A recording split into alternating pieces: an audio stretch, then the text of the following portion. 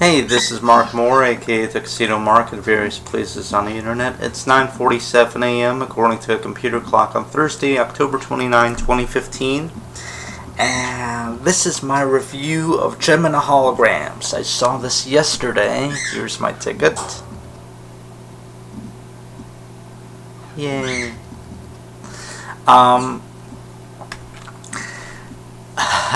Yeah, so, there has been so much hate built up toward this film, and there's so much to address. I'm not even sure where to start, but first of all, let me say I love it.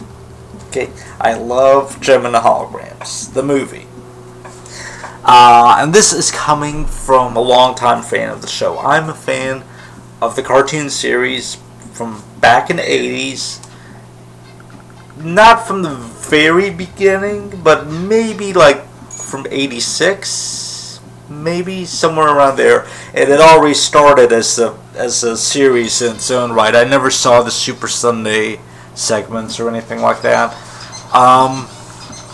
But yeah, I'm a longtime fan from the mid 80s. So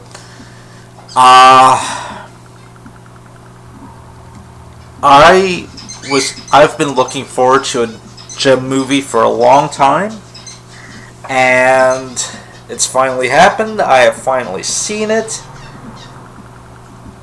I thoroughly enjoyed myself. It's just a shame that this movie is not doing very well. Last night when I checked it, it made like $1.5 million, which is pathetic. It had a $5 million budget. You would think that it wouldn't take long for it to make its money back. People expected it to make its money back, and so far it hasn't. And it came out last Friday. Anyway, I think 2 days ago when I had checked IMDb, it had a 3.0 out of 10 rating. Yesterday it had a 3.1. Today it has a 3.2. So it's slowly creeping upward. I think people are starting to realize that this is a good film, and the positive ratings are having a somewhat canceling effect on all of the negative votes that have been cast. I don't know if this film's gonna make its money back. I doubt it, at least in the theater. Which is a shame. It really is, because it's such a good film. It's a fun, upbeat, feel-good movie with a good message and lots of hearts. And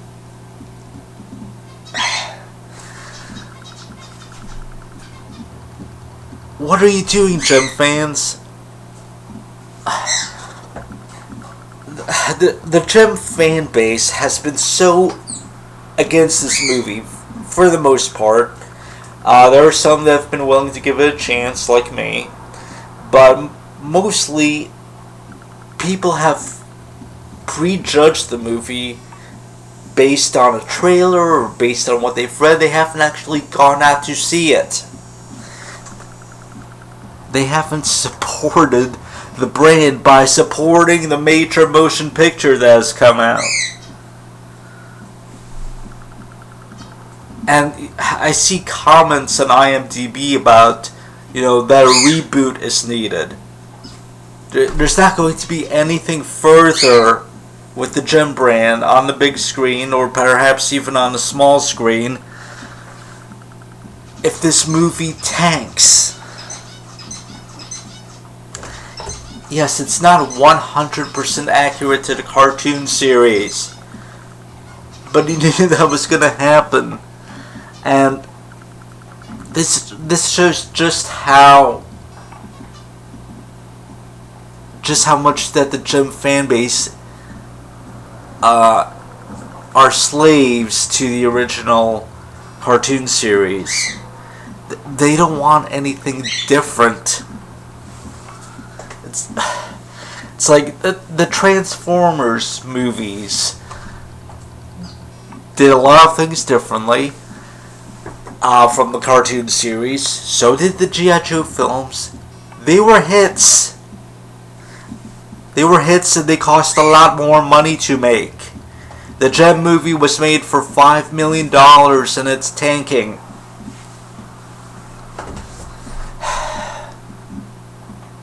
What are you doing? Get up, go out and see the movie.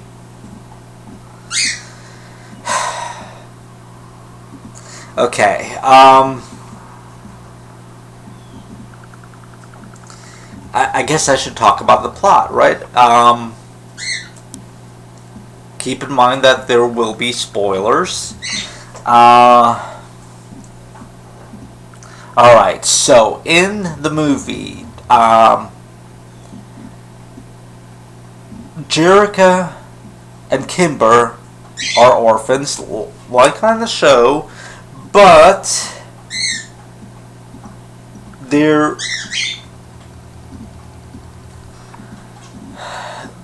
living with their Aunt Bailey, and this character didn't exist on the cartoon series. There was a Mrs. Bailey character. She was a minor character that was a housekeeper.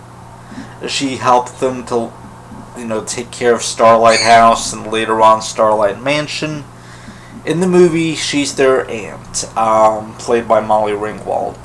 She is Emmett's sister. Doesn't explain why they have different last names. Maybe she had been married at one point. Or maybe Bailey, as unlikely as it sounds, it might be her first name because she's never given any other name, but it's never specified, But anyway. So, like on the show, Emmett had died of some unnamed illness. On the show, he had completed Synergy, and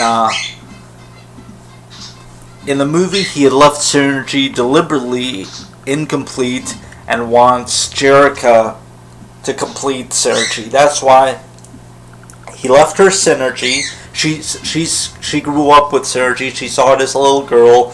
She has it in her room.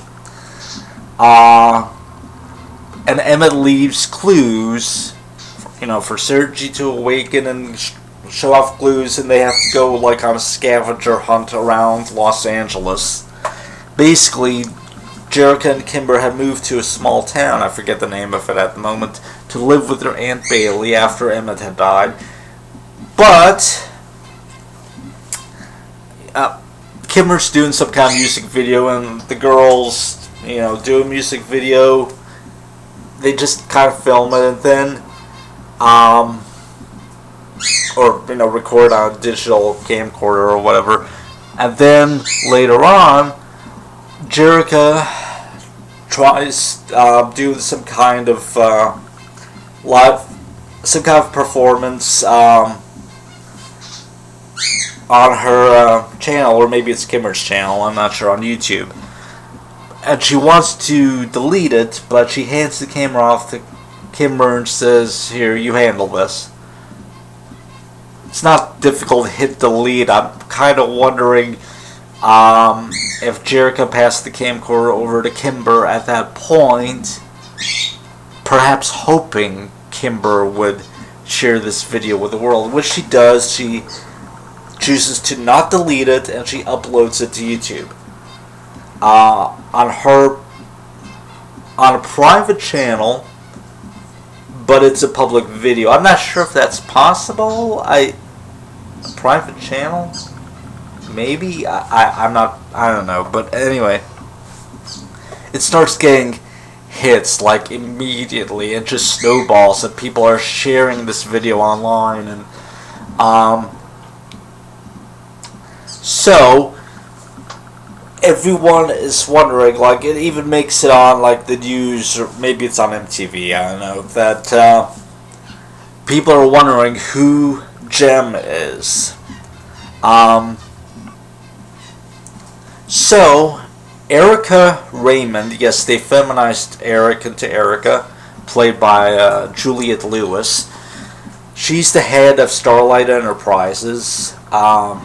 She owns like Astral Recordings. I know that's kind of a nod to the character of Astral, I guess.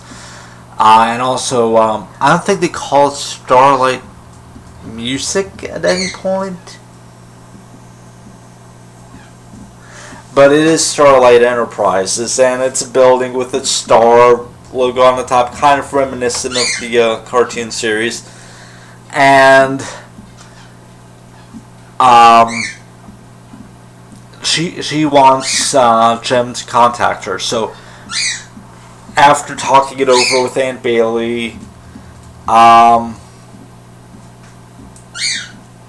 Cherica contacts Erica and reveals herself, and there's a back and forth where they're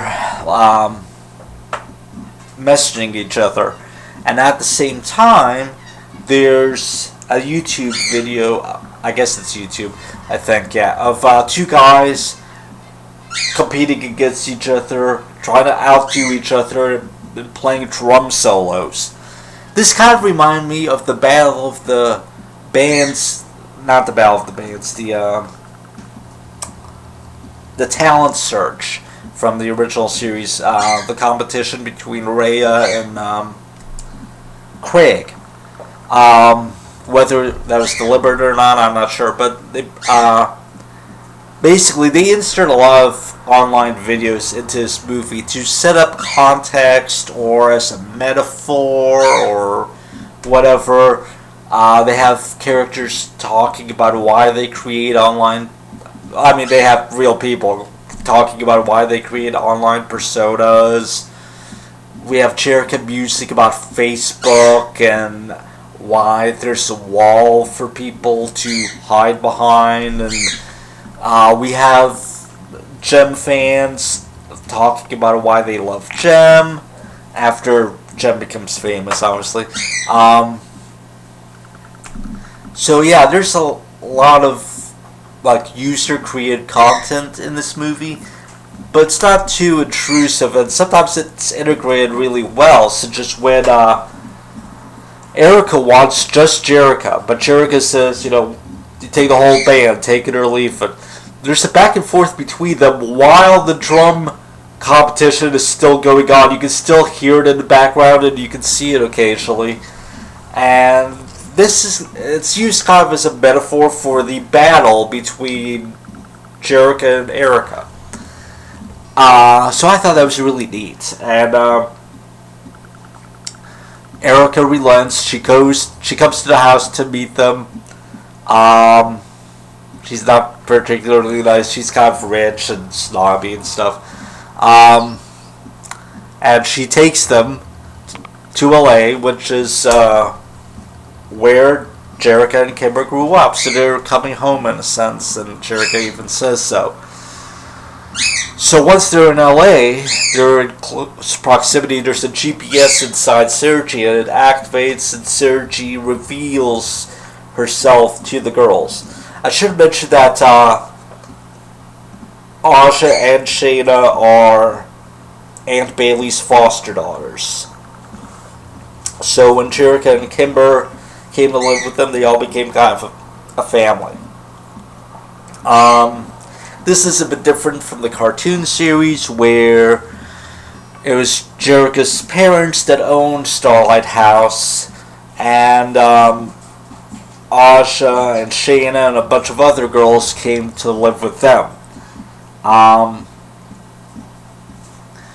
There is no Starlight House in this movie. No Starlight girls. Obviously, you can't pay for like 12 extra girls that aren't really going to get any character development. Besides, how many of the Starlight girls stand out to you from the original cartoon series? There was Ashley, Bonnie, and the others. But anyway, So they're off to LA. They have meetings and stuff. They're introduced to Rio, who is a college intern working at Starlight Enterprises. I believe he was college age when Cherica not first met him, but when Cherica was 17 in one of the segments in Out of the Past, Rio was coming home from engineering school, so he was like in college at that point too. So the age differences are kept about the same. And before anyone asks, yes, Cherica was a teenager at the beginning of the cartoon series. She, I believe, due to calculations that I made, primarily using Out of the Past as a reference, as well as the fact that Cherica has a June 1st birthday, I calculated her date of birth as June 1st, 1966, and she discovered Synergy on her 19th birthday. But anyway, I realized that I put a lot more thought into it than the creators of the show ever did, and they probably intended Cherica to be a bit older, but yeah. Anyway, so Cherica's age isn't really specified in the movie. She's worried about the girls being split up because they can't be taken care of, because there's Aunt Bailey's store. She has a store which we never see, but it's not doing well. She has to let go of the staff, and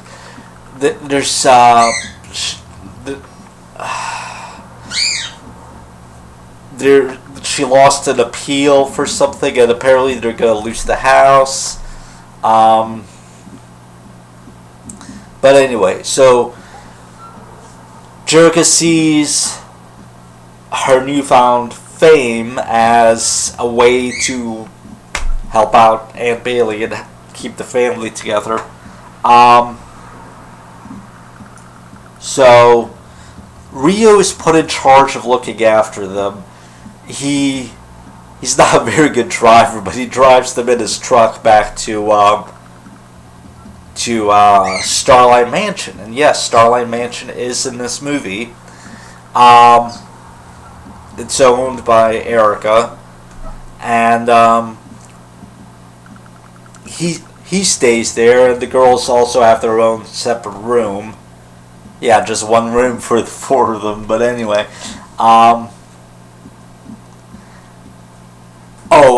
I should mention, yes, Shayna is a fashion designer, or there was a gag at the beginning of the movie where she was altering the girls' clothes without their consent or something. It doesn't really, her fashion thing doesn't really come into play later on in the movie, but and there was a funny part when they were shooting Kimber's music video where they were trying on a bunch of Aunt Bailey's vintage clothes that supposedly come from the 80s or something. I think either Kimber or Cherica, I forget, specifically mentions like 1985, which is kind of funny.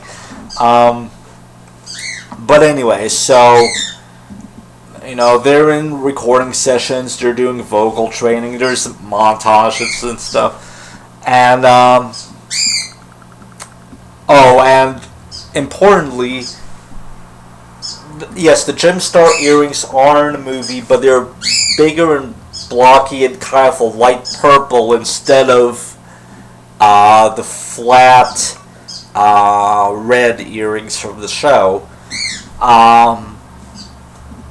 Erica confiscates them and puts them in her safe because they're like a fashion don't. This will be important later on. But anyway, Asha, her technical skills, she is a bit of a tech person, and they do show that in the movie. She's fiddling with like some kind of computer circuitry or something. She gets on Shayna's case for referring to the wire thingy or whatever for the internet.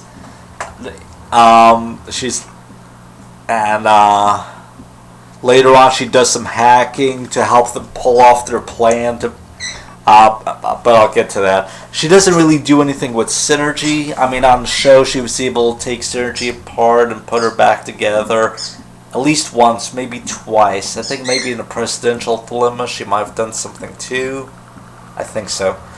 So, yeah, so Asha is a bit of a tech geek. And that is in the movie. Let's see. Other than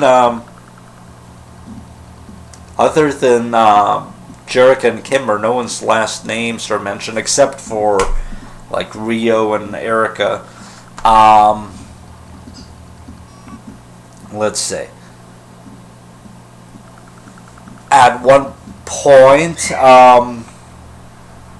Rio learns about Sergi when they're at the Santa Monica Pier getting one of the clues.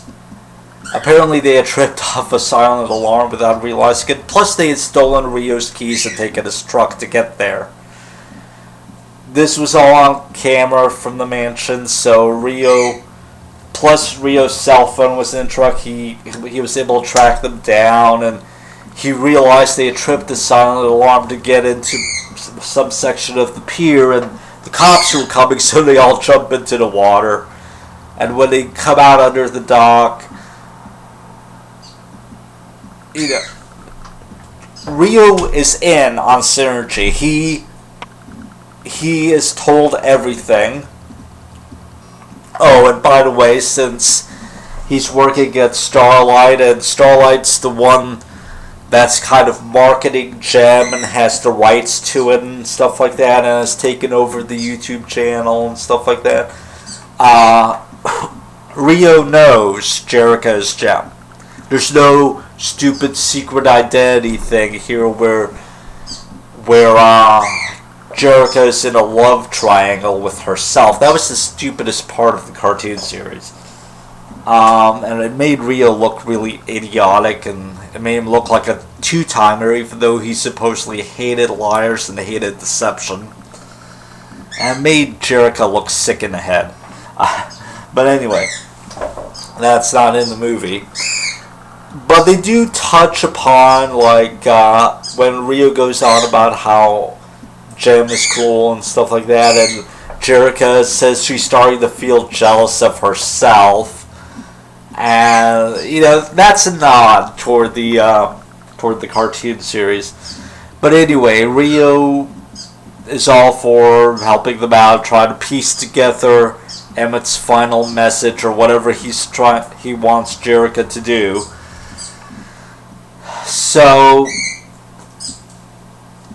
at one point, Erica wants Cherica to sign a solo contract in exchange for an advance on her pay, because they're supposed to get their check at the end of a 3-concert gig. It's called like a pop-up concert where they show up at like 3 different venues around LA. And in one of them, the Open Air Club, they take one of Emmett's guitars. Apparently, Cherica, when there was a power failure, and Gem takes a guitar, like an acoustic guitar, and starts playing, she ends up realizing after the concert that it's her father's old guitar, because there's a star engraving on it, and she opens up the back of it, and Rio pulls off the back, and there's another component for Synergy. Cherica has put in like 2 or 3 components into Synergy to get the next clue and stuff like that.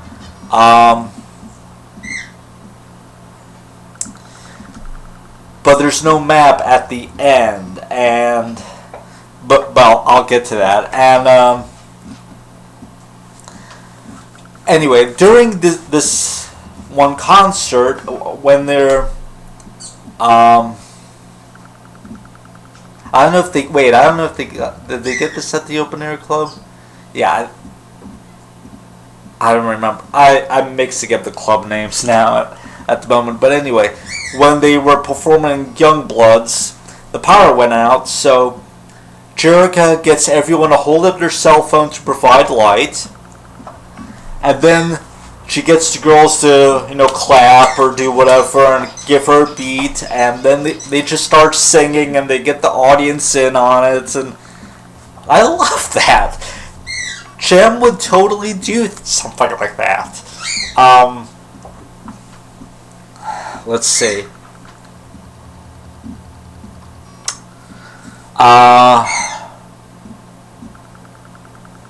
There's a bit of an anti-corporate message. They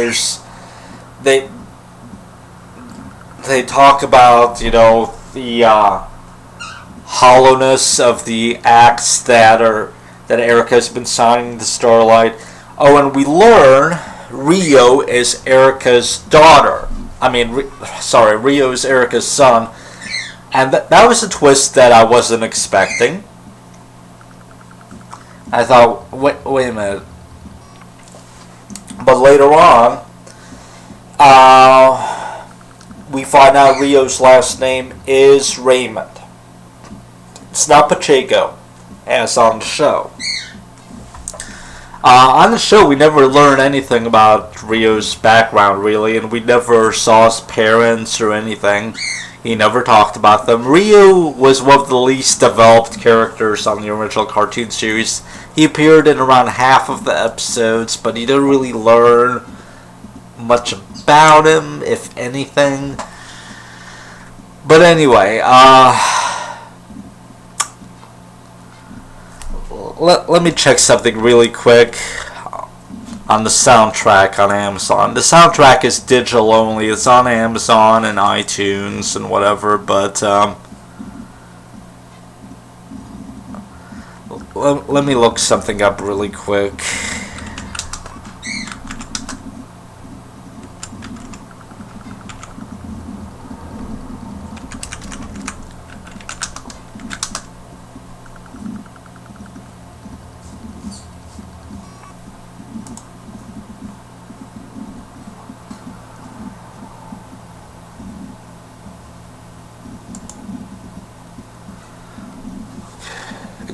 I'm gonna get the soundtrack eventually. It costs less if you buy the entire album at once than if you buy the individual songs.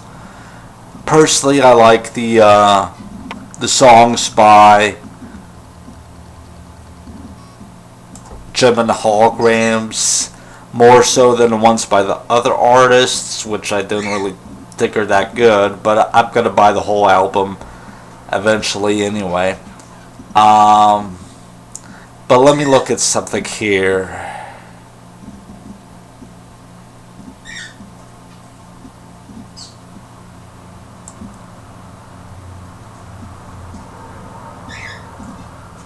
You see, I think yesterday or the day before, for We Got Heart, the song that they were singing under the pier, I think Amazon credited Jem and the Holograms and Rio Pacheco or whatever, but now it says just Jem and the Holograms. So I think they caught that. But yeah.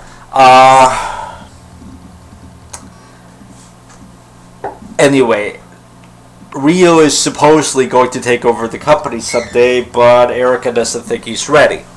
So at one point, Jem goes through a bit of a crisis because when she signs the solo contract, because Erica pressures her into it, she threatening to replace Jem because no one really knows Jem's actual identity. She thinks she can just replace Jem with someone else, also called Jem, because she has the rights to the name. And then Cherica will lose everything. So she signs the solo contract. She signs a Jem instead of Cherica Benton, even though it's a Cherica Benton under the signature line. I was wondering if maybe this might be some kind of loophole that Cherica could exploit later, but it never comes up.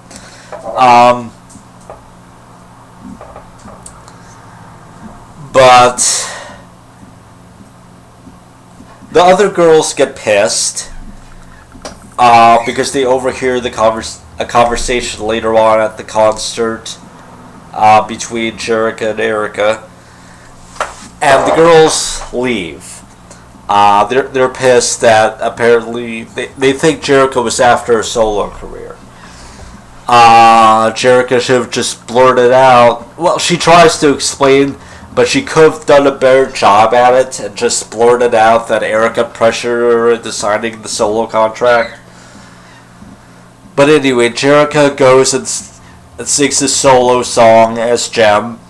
And there's a montage of them breaking up and drifting apart. It doesn't last long because Cherica goes back to her childhood house. She sees some little a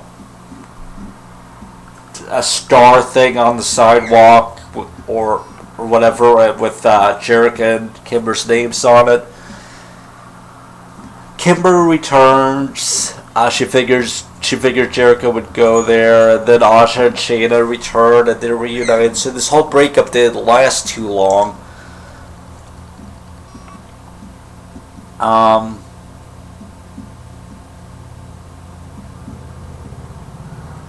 Also, they realized the final piece of the puzzle were the Gemstar earrings themselves. And they're not called the Gemstar earrings, but I should mention Emmett was the one that gave Cherica the nickname Gem. He called her a diamond in the rough, or his gem, but with a J. So that's it. Probably because of Cherica. So that was kind of neat, I thought. But anyway, so they realized the earrings are still safe in Erica's office. So they have to hash this elaborate plan to break into Starlight Enterprises, and Asha does some hacking stuff to hack the security guards' monitors and stuff like that. And there's this one joke artist named Brad that keeps trying to ask Erica if she's listened to his demo album that he sent her, and eventually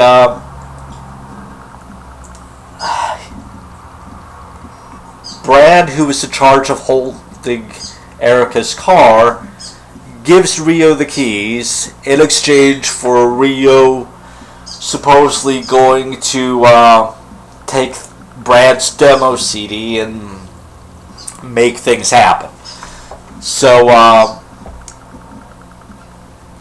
at one point Erica gets to Starlight, and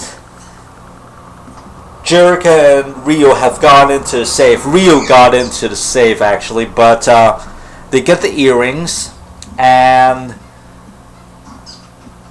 Rio discovers his father's will. I forget what his father's name was, but apparently he was to have a copy of it, but Erica keeps the only copy in her safe. I'm kind of wondering how come Rio couldn't simply get another copy at any point from the lawyer or whatever, but so they escape. There's some hilarity and stuff, but they escape. They plug the earrings into Sergi. Yeah, Sergi's a cutesy little robot, but anyway, no voice or nothing. But Sergi projects a hologram of Emmett sitting down and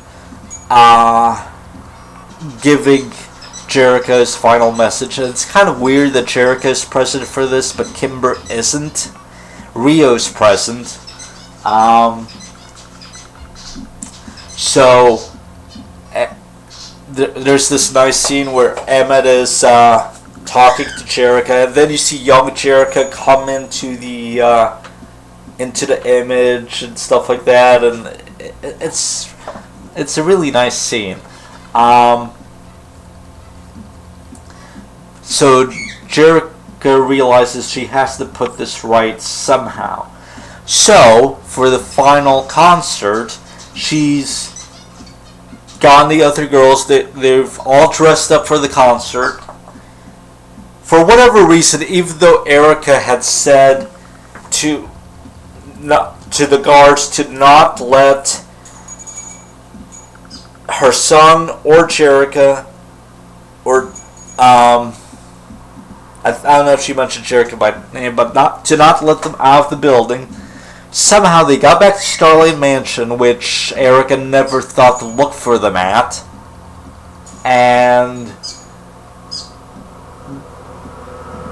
we don't see Erica again until the final concert, when Erica is surprised that Cherica is going to violate her solo contract by taking the entire band out on stage.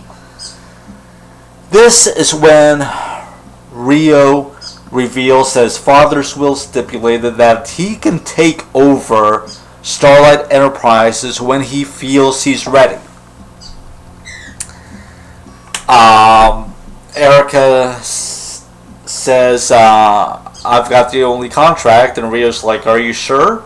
Or maybe Cherica says that, I'm not sure. But this is the first time that Erica thinks to look inside the envelope and realize that they had stuffed a bunch of gem merchandise in it. She tries to get Zipper to intervene. Yeah, Zipper, the henchman that Eric had hired, that was in like the early part of the cartoon series, he's in here. He decides to have the security guards escort Erica away. So Zipper becomes kind of a good guy in this movie.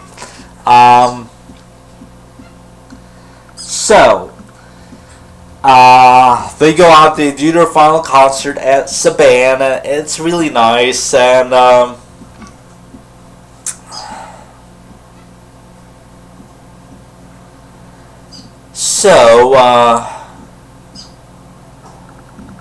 that's pretty much where the movie is, or at least that's where the closing credits start.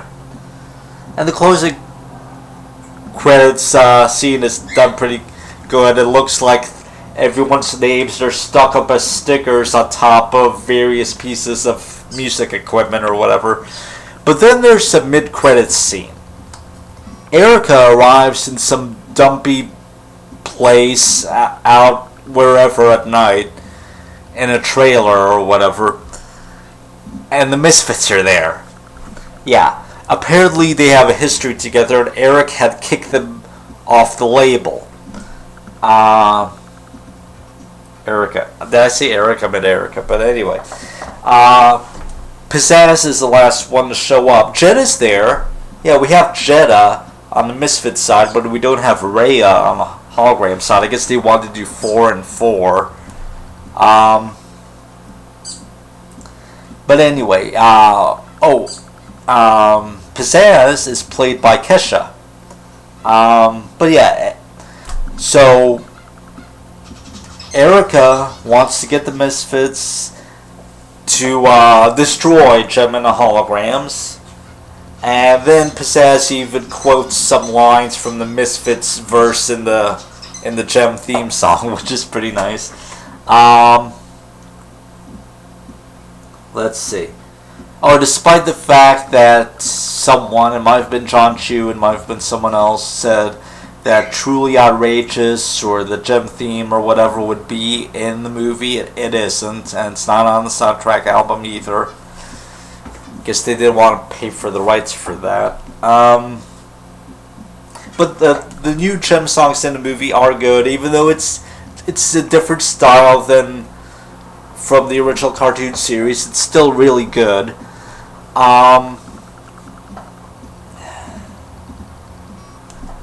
There's no scene after the credits, so once you see the Misfits, you can leave, and there's no song playing during the rest of the credits. It's just instrumental music. Um, but yeah, it's a really nice movie. And oh, there's no Jackie. We don't see Jackie. We don't learn anything about Cherica and Kimmer's mother at all. There's a nice scene in the final concert where Aunt Bailey throws back Erica's words at her that she had spoken earlier in the movie, as Erica's being escorted out of the building. Also, I should talk about the cameos. Samantha Newark plays Jem's hairstylist. She says something like, "I like pink, it's always been my favorite color." And I think Cherica says mine too, or something like that. And you see a shot of them in the mirror where you see both of them together. It's pretty nice. It's only a very short scene. Sam's in the movie for only a few seconds, but it was nice. And then later on, Britta Phillips, who was the singing voice of Jem, introduces them at the first concert, and then she has a little moment together with Cherica before Cherica goes on stage. Like, Britta says something like, "You ready? You can do this," or something like that. It was nice. I think Britta is actually older than Samantha, but she looks really good for her age. It's like, wow.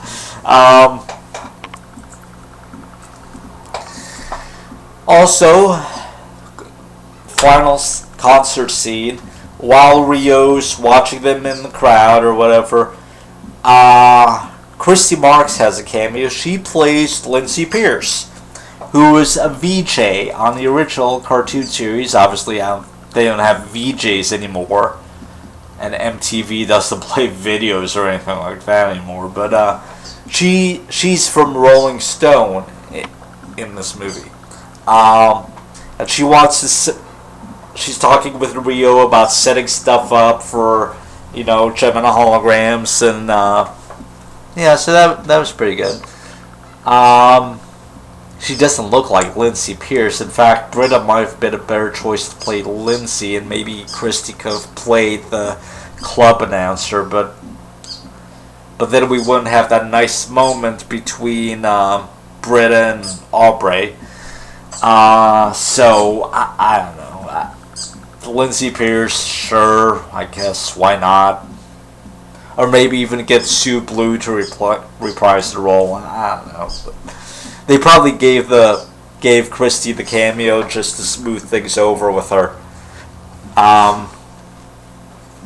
But overall, it's a really nice, uplifting, feel-good movie. Yes, there's certain parts that are similar to Josie and the Pussycats, which I love. By the way, I love the Josie and the Pussycats movie.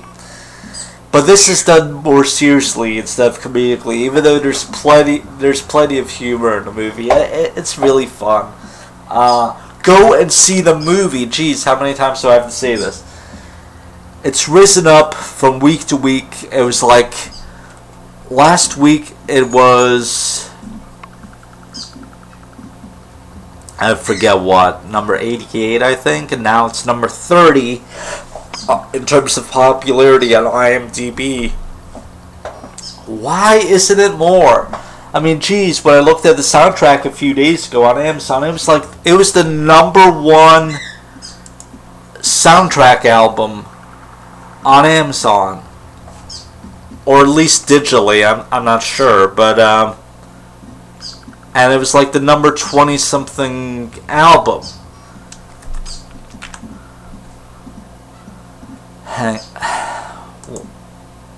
So how does this not translate to the movie doing good? Is this going to be a case like where the Josie and the Pussycats movie bombed, but the soundtrack was a big hit? Let's see how well the soundtrack is doing on Amazon right now.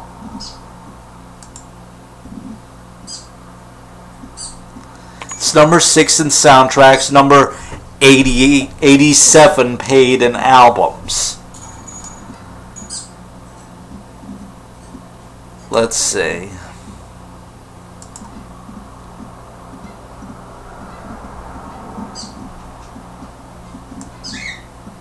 Yeah, the soundtrack is already falling down the charts on Amazon, but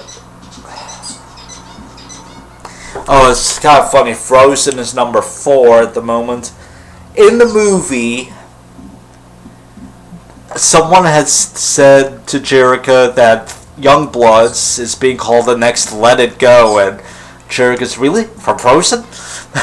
But at one point, maybe that was true, but right now, Frozen is outselling Gem in terms of soundtracks on Amazon. But yeah, I don't know what else to say. I wish this movie was doing better. It's not 100% the same as the cartoon series, but neither are Transformers and G.I. Joe, which shows just how unsatisfied and hard to please that the Gem fan base is. And why is this not appealing to younger people either? I mean, it should be doing better. Oh look, the DVD and Blu-ray are already available for pre-order. And guess what? Based on 5 ratings, the movie's got 4 out of 5 stars. People like this movie, it's just it's not translating into ticket sales, and that really upsets me.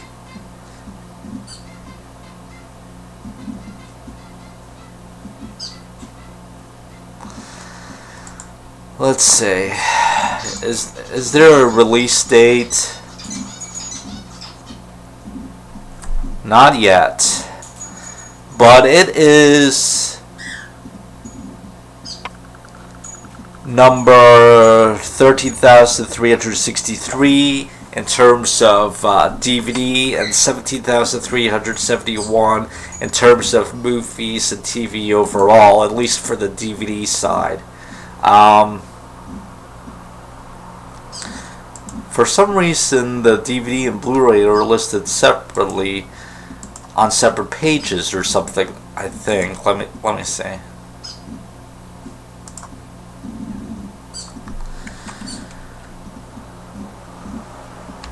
What? Come on.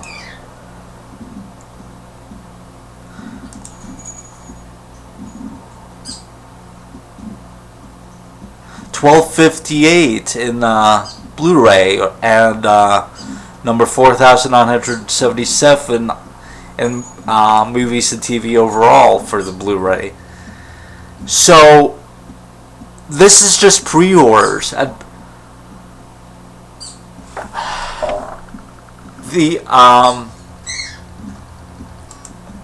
the demand is there, and people obviously want this movie. They want to own this movie. People are already pre-ordering it. Why is it not doing better in the theaters? $5 million budget to make twice their money back.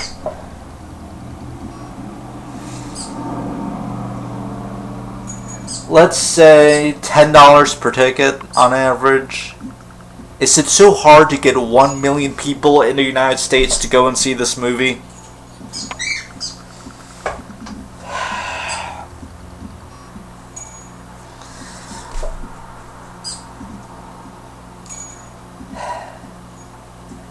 What else?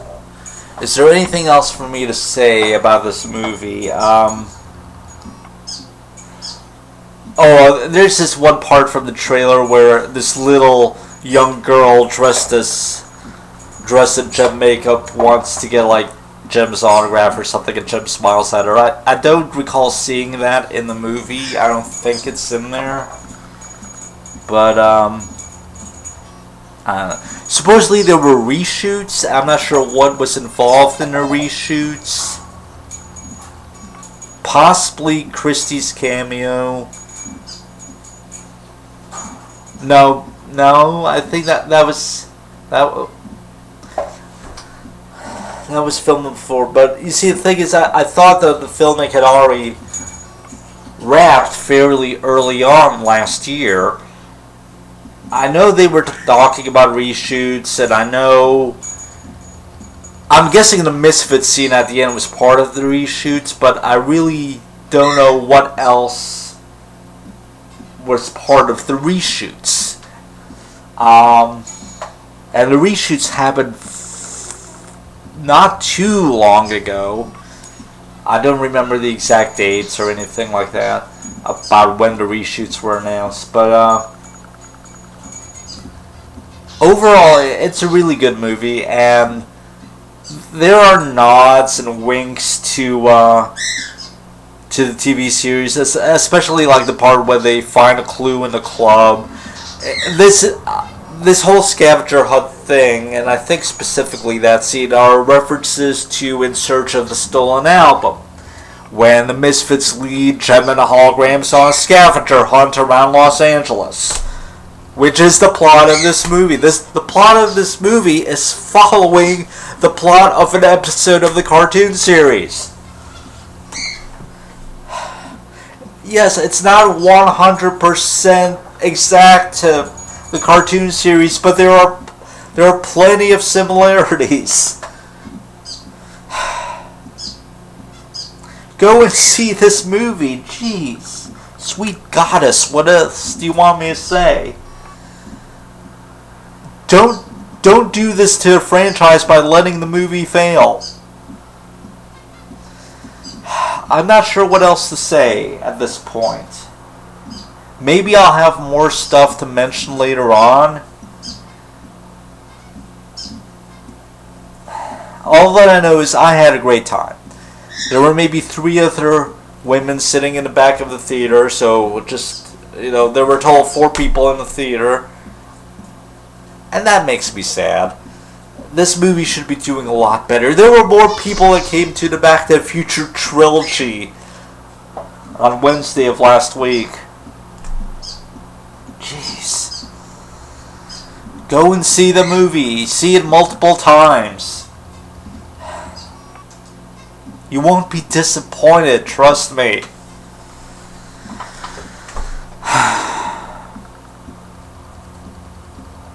Okay, I guess I've said all that I have to say at the moment.